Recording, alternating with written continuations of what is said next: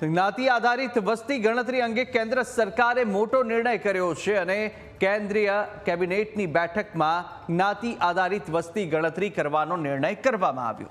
અશ્વિની વૈષ્ણવે કહ્યું છે કે જાતિ વસ્તી ગણતરી મૂળ વસ્તી ગણતરીમાં જ સામેલ થશે। વસ્તી ગણતરી આ વર્ષે સપ્ટેમ્બરથી શરૂ કરી શકાય છે। એને પૂર્ણ થવામાં ઓછામાં ઓછા 2 વર્ષ લાગશે। આમ જો સપ્ટેમ્બરમાં પણ વસ્તી ગણતરીની પ્રક્રિયા શરૂ થશે તો અંતિમ આંકડા 2026ના અંત કે 2027ની શરૂઆતમાં આવશે।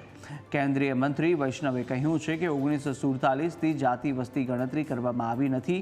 મનમોહન સિંહે જાતિ વસ્તી ગણતરીની વાત કરી હતી। કોંગ્રેસે જાતિ વસ્તી ગણતરીની વાતનો માત્ર પોતાના ફાયદા માટે ઉપયોગ કર્યો છે। જાતિ વસ્તી ગણતરી માત્ર કેન્દ્રનો વિષય છે। કેટલાક રાજ્યોએ આ કામ સારી રીતે કર્યું છે, પરંતુ કોંગ્રેસ માત્ર રાજનીતિ માટે સર્વે કર્યો।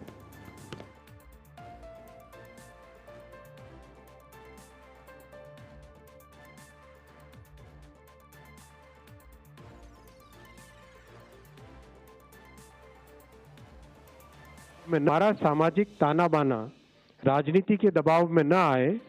जातियों की गणना एक सर्वे के स्थान पर मूल जनगणना में ही सम्मिलित होनी चाहिए।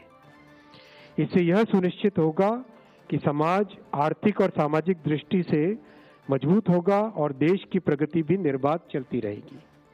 आज दिनांक 30/4/2025 के दिन प्रधानमंत्री श्री नरेंद्र मोदी जी के नेतृत्व में राजनीतिक विषयों की कैबिनेट समिति ने यह निर्णय लिया है कि जातियों की गणना को आने वाली जनगणना में सम्मिलित किया जाए।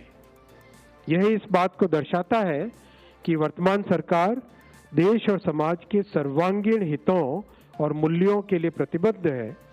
जैसे कि पहले भी जब समाज के गरीब वर्गों को 10% आरक्षण का प्रावधान किया गया, तब भी समाज के किसी घटक में तनाव उत्पन्न नहीं हुआ था। कांग्रेस और इंडी गठबंधन के दलों ने जाति जनगणना के विषय को केवल अपने राजनीतिक लाभ के लिए उपयोग किया। जनगणना का विषय संविधान के अनुच्छेद 246 की केंद्रीय सूची की क्रम संख्या 69 पर अंकित है। यह केंद्र का विषय है। हालांकि कई राज्यों ने सर्वे के माध्यम से जातियों की जनगणना की है। जहां कुछ राज्यों ने यह काम सुचारू रूप से संपन्न किया है, वहीं कुछ अन्य राज्यों ने राजनीतिक दृष्टि से और गैर पारदर्शी ढंग से सर्वे किया है। दिन सुधी कांग्रेस जाति आधारित जातिगत वस्ती गणतरीનો વિરોધ કરતી આવી છે। સ્વતંત્રતા પછીની બધી જ વસ્તી ગણતરીમાં જાતિઓની ગણતરી કરવામાં આવી ન હતી। કોંગ્રેસે ક્યારે એ વાતને મહત્વ આપ્યું નહોતું।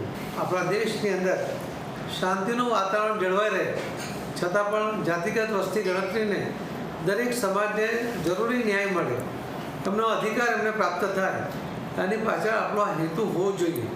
અને હેતુને ધ્યાનમાં રાખીને આજે માનનીય પ્રધાનમંત્રી શ્રી નરેન્દ્રભાઈ મોદી સાહેબના અધ્યક્ષતામાં જે નિર્ણય લેવામાં આવ્યો છે તેનાથી લાંબા ગાળાના ખૂબ સારા પરિણામો એ આપણને દેશમાં જોવા મળશે।